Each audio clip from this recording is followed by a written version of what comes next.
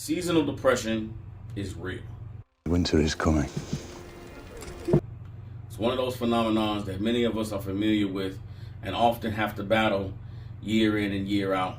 But rarely is it talked about in a way that allows us to be able to identify it, address it, and come up with effective tools to be able to fight it when it presents itself. You're crying because you're cold? As the fall transitions into the winter, the days begin to get a lot shorter, the weather gets a lot colder, and for many people that means there's a lot less going on, a lot less motion, a lot less moving around. No, that's all right, I'm fine. You're not. You're freezing. Even in the animal kingdom, bears hibernate in the winter, all the insects go into their whatever they do for the winter time, the birds fly south because it's too cold.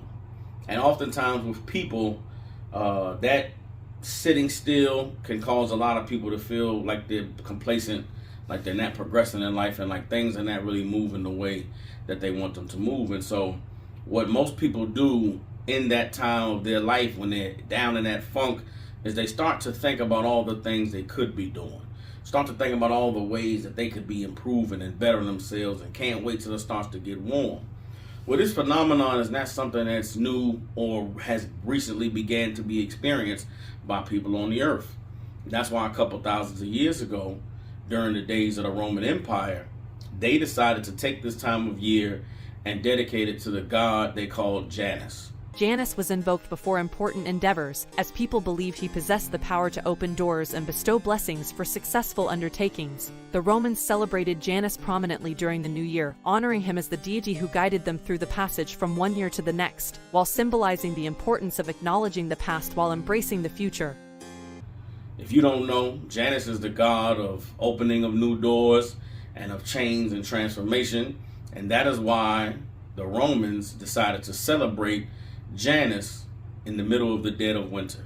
That is where you get your New Year's Eve celebrations from, the ball dropping and everybody feeling like it's going to be a new year and a new me.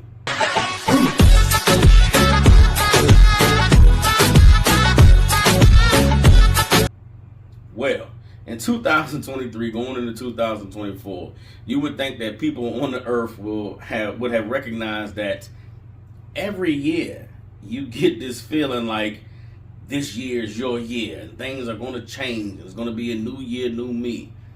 But when are we going to realize that that's really not how life works? In John the 4th chapter, Christ told the woman at the well that you don't know what you worship. We know what we worship because salvation is of the Jews. You understand? There are a lot of our people that put their hope and their trust and their faith in the ball dropping at midnight. We have all kinds of traditions and all kind of silly things that people do to tell themselves this year is going to be better. You get your black eyed peas and your collard greens. You understand? You get your, you got to clean the house so you don't take mess into the new year with you. Whatever you're doing at the stroke of midnight is what you're going to be doing all year long. It's this new one that I just recently found out. These women talking about eating these 12 grapes and sitting under this table. Going to get you a man in the new year. It's tough in season, and all the girls be needing. Need a big boy, I want a big boy.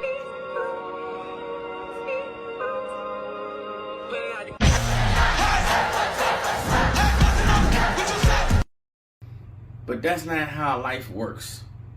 How about you stop being a monster? How about you stop being a bitch?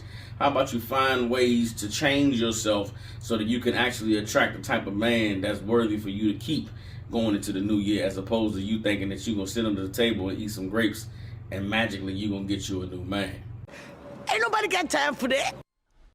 Romans the 12th chapter, man, Paul talked about the renewing of your mind. You know what I'm saying? And transforming yourself. That's the way that you do. That's the way you get away from conforming to the world.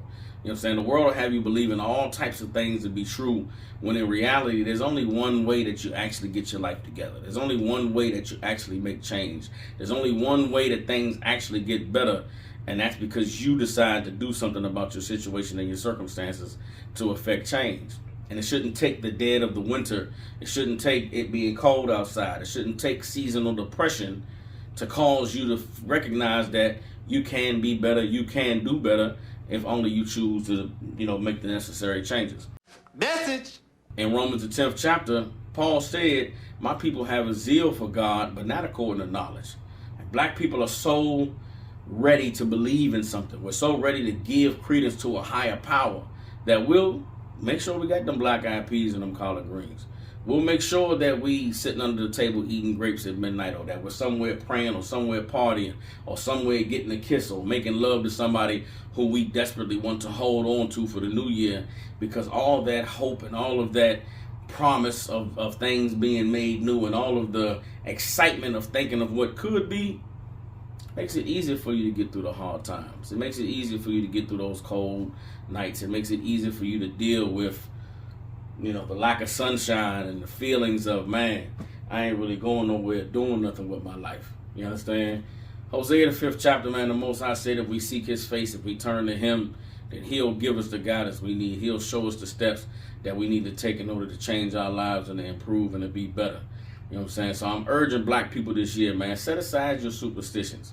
Fuck them grapes under that table. Forget them black-eyed peas and those collard greens. You should clean your house all the goddamn time, not just before New Year's. And you should be praying to the Most High and seeking him daily to find out what it is that he requires of you in order for your life to be in the place and a position that you want it to be in. Most importantly, recognize that seasonal depression is a real thing. Shake that monkey off your back.